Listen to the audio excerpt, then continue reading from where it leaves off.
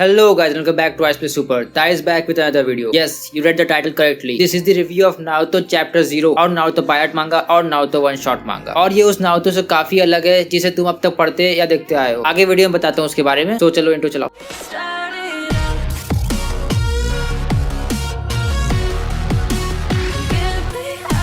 Recap. इस chapter के बारे में आगे कुछ बोलने से पहले पिछले चैप्टर का एक छोटा सा रिकैप दे देता हूँ. इसके पहले बोरुतो के मांगा का रिव्यू करता था, सो उससे आदत लग गई है.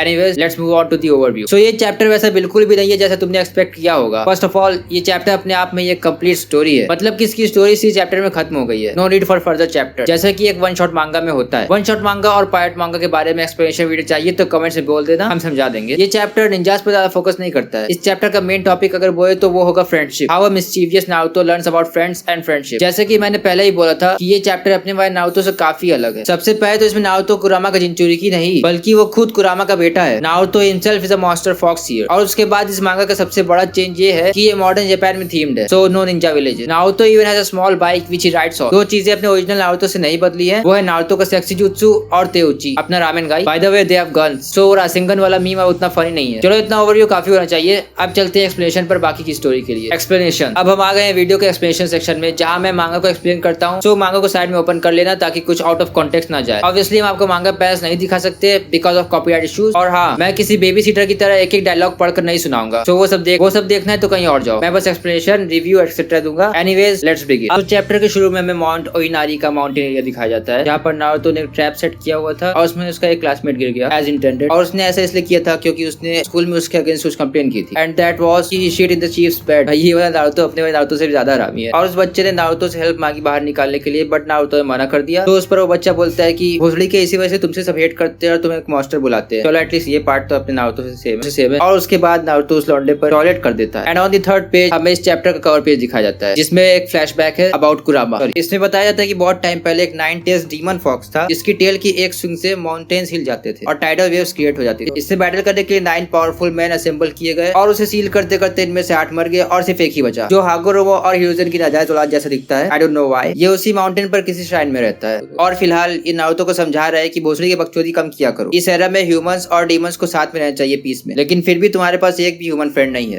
तो इस पर नारुतो रिप्लाई करता है कि तुम्हारे पास भी तो कोई फ्रेंड नहीं है चीफ. मैंने कोई नहीं देखे आज तक. वेट, क्या ये वही चीफ है जिसकी बेड में से शीट किया था? तो इस पर चीफ रिप्लाई करता है कि भोसड़ी के मेरे सारे 8 फ्रेंड तेरे बाप से लड़ते लड़ते मर गए बट मुझे एक 9 टेल्स चाइल्ड को मारने बुरा लग रहा था इस वजह से मैंने तुझे छोड़ दिया. बट तब भी तो एक बिगड़ा हुआ बच्चा निकला जिससे कोई दोस्त. तो नारुतो इस पर रिप्लाई करता है कि अगर फ्रेंड्स इतने इंपॉर्टेंट है तो तुम उनके पास क्यों नहीं चले जाते. और ऐसा बोलकर नारुतो सर पर एक और नारुतो रखता है और ट्रांसफॉर्म हो जाता है बैट में एंड वहां छोड़कर भागने की कोशिश करता है बट हागोरोमो उस पर एक स्टिक फेंक कर मारता है. एंड देन वो बोलता है नारुतो मैं तुम्हें एक स्पेशल टास्क दे रहा हूँ, सिटी में जाओ और एक ह्यूमन फ्रेंड बनाओ जिस पर तुम ट्रस्ट करते हो. मैं ये चाहता कि तुम अपने बाप जैसे बनो. ट्रस्ट से बहुत सारी चीजें क्रिएट होती हैं और उनमें से एक है फ्रेंडशिप. और आगे हागोरोमो अपनी फ्रेंड की डेफिनेशन देता है. इससे फ्रेंड वो होता है जो समझ सके कि तुम कब खुश हो और तुम कब दुखी हो और तुम्हारे साथ वो एक्सपीरियंस कर सकता है. और इसके बाद नारुतो निकल पड़ता है सिटी में. यहाँ पर तुम देख सकते हो कि ये सिटी बिल्कुल मॉडर्न डे जापान जैसी है और नारुतो हमेशा की तरह भूखा है और उसे स्मेल आती है Ichiraku ramen. I don't know why कि यहाँ बोर्ड पर आरमेन इचिराकू लिखा है बट बगल में जो लैंटर्न है ना उस पर जापानीज में सही लिखा है अपना इचिराकू रामेन ही है ये. इधर भी नारुतो सेम उसी एंथुसियाज्म के साथ अपना रामेन खाता है. एंड देन एंट्री होती है इस चैप्टर के एक और मेन कैरेक्टर की और यहाँ पर आप अपने सेज ऑफ 6 बोल्स तेउची को भी देख सकते हैं और कुरोदा के साथ जो उसे समझा रहा है कि इतना पीने के बाद रामेन मत खाओ. बट कुरोदा उसकी सुनता नहीं है. तो पुलिस वाला बोलता है एनीवेज हमें वो पेंटिंग कल तक चाहिए, वो एक मेजर आर्ट पीस है. तो हम पुलिस वाले इन्वॉल्व है इसमें. एंड नारुतो पर कुरोदा का फर्स्ट इंप्रेशन ये है कि उससे बहुत ज्यादा दारू की बदबू आ रही है. बट तभी वो पुलिस ऑफिसर नोटिस करता है कि कुरोदा सो चुका है. तो तेउची उस पुलिस ऑफिसर से पूछता है कि इसके रामेन का क्या करूं. एंड वो पुलिस वाला बोलता है कि मुझे नहीं चाहिए, मैं सिर्फ फ्रेंच फूड खाता हूँ. और ये बोलकर वो निकल जाता है. Now Naruto sees a golden opportunity here. वो बोलता है कि अगर ये रामेन फ्री है तो तेउची से ठीक है पर उसके बदले में इस बंदे को इसके घर तक ले जाओ. नारुतो बोलता है श्योर और मन में सोचा होता है कि मैं रामेन खा के तुरंत यहाँ से भाग जाऊंगा. बट तेउची को पता था कि ऐसा हो सकता है तो नारुतो से बोलता है कि अपनी कीज यहीं छोड़ दो. एंड देन एक 10-12 साल का नारुतो एक 30-35 साल के इंसान को खींचता हुआ ले जा रहा है उसके घर. एंड फाइनली वो उसके घर पहुंच जाता है. वहाँ वो मिलता है कुरोदा के असिस्टेंट तकाशी तकानो से और नारुतो अपने आसपास देखता है कि ये सब पेंटिंग्स कितनी अमेजिंग है. तो तेउची से बताता है कि ये कुरोदा का आर्ट गैलरी है और वो जो पेंटिंग वहाँ देख रहे हो वो एक नेशनल ट्रेजर क्लास आर्टिस्ट साबुरो की फाइनल पेंटिंग है जिसका नाम है सिंबल. और वो साबुरो 5 साल पहले मर गया था. तकाशी उसे आगे बताता है साबुरो के बारे में कि वो एक बहुत ही फेमस आर्टिस्ट था और वो कल्चरल एडवांसमेंट कमेटी का चेयरमैन था जो कि एक आर्टिस्ट के लिए हाईएस्ट ऑनर है इस कंट्री में. और करंटली कुरोदा सेंसेई उस पोजीशन को होल्ड करते हैं. बट क्योंकि कुरोदा साबुरो का बेस्ट फ्रेंड था इसलिए इस कंट्री ने साबुरो सान की डैमेज पेंटिंग को रिपेयर करने के लिए कुरोदा सेंसेई को चूज किया है. यह नारुतो नोटिस करता है कि इस पेंटिंग से बहुत बदबू आ रही है. तो तकाशी उसे एक्सप्लेन करता है कि ये पेंटिंग पेंटिंग स्मेली पेंट से बनाई गई थी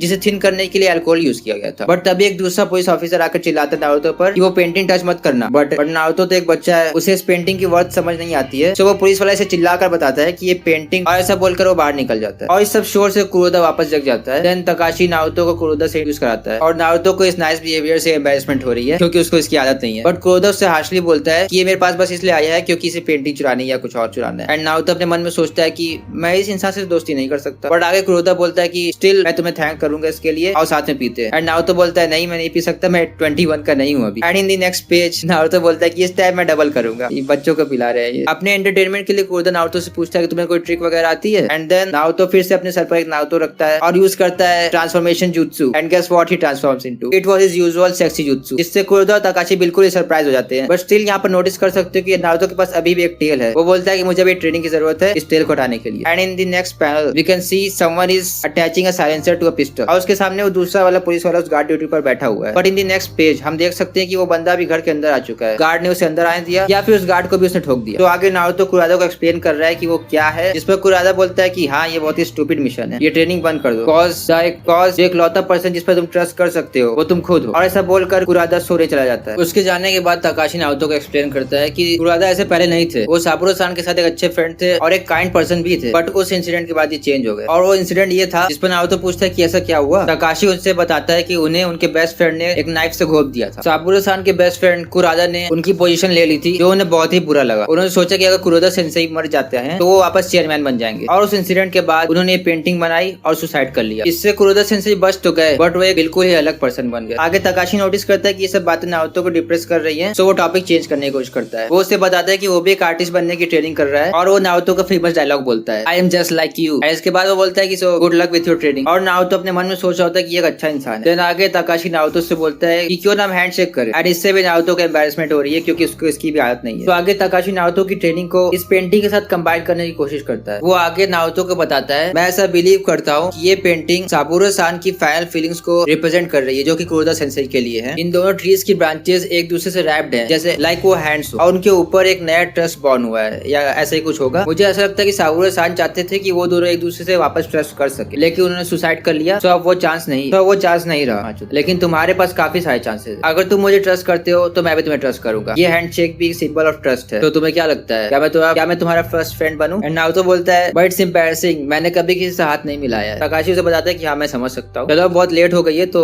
तुम मेरे रूम में जाकर सो जाओ, मुझे इस पेंटिंग की रखवाली करनी है। नारुतो के सोने के कुछ देर बाद तकाशी पेंटिंग के पास बैठा हुआ था एंड तभी उसके सर पर कोई एक पिस्टल रख देता है और उसका फेस देखकर तकाशी बोलता है you are. And then next panel में दिखाया जाता है कि किलर के कपड़े पर खून लगा हुआ है, that means Takeshi is dead. और फिर किलर नारुतो के बैग में अपनी गन रख के वहां से चला जाता है। ऑफिसर मात्सुशिमा नारुतो को अरेस्ट करने आता है पेंटिंग के थेफ्ट और तकाशी के मर्डर के लिए। और एविडेंस के लिए वो दिखाता है कि नारुतो के बैग से वो पिस्टल मिली है। नारुतो तो एक तो पहले से शॉक में है कि तकाशी मर गया, उसने पहला फ्रेंड जो लाइफ में बनाया था वो मर गया और ऊपर से उसके मर्डर का चार्ज पर लगा है। और आगे पैनल में देखते हैं जो सिक्योरिटी गार्ड था वो भी जिंदा है, दैट मींस कि वो भी किलर के साथ मिला हुआ है। तकाशी के मरने की वजह से नारुतो को बहुत दुख हो रहा होता है और ये फीलिंग उसके लिए नहीं है। एंड तभी नारुतो गुस्से में आकर कहता है कि आई स्वेयर मैं किलर को ढूंढूंगा और पेंटिंग वापस ले आऊंगा। नारुतो से ट्रस्ट करने के लिए बोलता है और तरानो ऑफिसर से कहता है कि उसे जाने दो, उसकी जगह मैं आ जाता हूँ। नारुतो अपनी बाइक पर निकल पड़ता है किलर को ढूंढने के लिए। नारुतो सिटी में घूम घूम कर हर आर्टिस्ट के पास जाता है और उनसे पूछता है कि आपने ये पेंटिंग देखी है? तभी कहेंगे नहीं देखी है, होती भी तब भी कहते नहीं देखी है। और ऐसा ढूंढते ढूंढते एक वीक हो जाता है और नारुतो एक पेड़ के पास बैठा रहता है। पेड़ के अपोजिट साइड की बेंच पर बैठने के लिए 4 लौंडे आते हैं एंड उनमें से एक चला जाता है ड्रिंक्स लेते और बाकी दोस्त की पीछे करे रखते हैं। ये सब देखकर नारुतो को अपनी सिचुएशन याद आती है। एंड देन तीसरा लड़का बाकी दो लोगों को समझाता है कि उसकी कितनी इंपॉर्टेंस है और उन्हें भी ये रियलाइज होता है और वो सॉरी बोलते हैं। इनकी फ्रेंडशिप देखकर नारुतो को जेलसी फील होती है और वो पेड़ से बाहर आता है अचानक से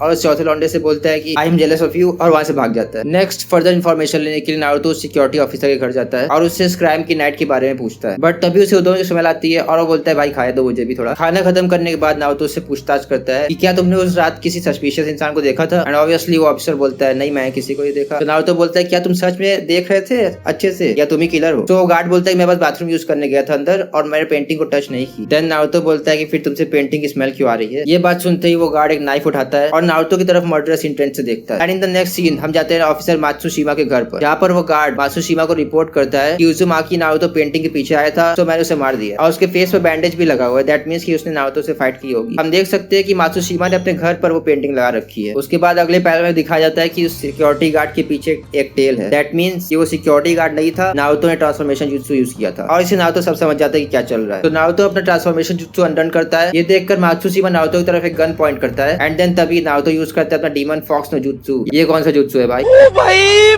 मारो मुझे, मुझे मारो। ओके, इस जुत्सु से नारुतो डेमन फॉक्स में कन्वर्ट हो गया और मात्सुशिमा को अपनी सारी टेल से पकड़ लिया। And in the next scene Matsushima arrest हो जाता है और सिक्योरिटी गार्ड ने उसके अगेंस्ट सारी चीजें बता दी है। देन नारुतो वापस मिलता है तरानो से एंड तरानो बोलता है I have to thank you, तुम्हारी वजह से मैंने अपनी बिलीव करने की एबिलिटी नहीं खोई। देन नारुतो खुद तरानो से बोलता है हैंडशेक करने के लिए, जैसा कि तकाशी ने उसके साथ किया था। तो ऐसे नारुतो ने लाइफ में अपना सेकंड फ्रेंड बनाया और ये वाला जिंदा है अभी तक। नारुतो बोलता है कोई बात नहीं, मैंने सिटी में बहुत सारे बोर्ड गाइस देखे तो मैं उनसे दोस्ती करके उन्हें ले जाऊंगा। और लास्ट पैनल पर तरानो बोलता है ठीक है, और बदले में how about a round for the road, I will pay. Naruto बोलता है अगर तुम पे कर रहे हो तो चलो रामेन खाते हैं। एंड नारुतो सोच रहा होता है कि जो चीफ ने कहा था वो इतना भी स्टूपिड नहीं था, फ्रेंड्स सच में काफी अच्छे हो सकते हैं। जो पूरा अब मैं जिंदगी में कभी मांगा रिव्यू नहीं करूंगा।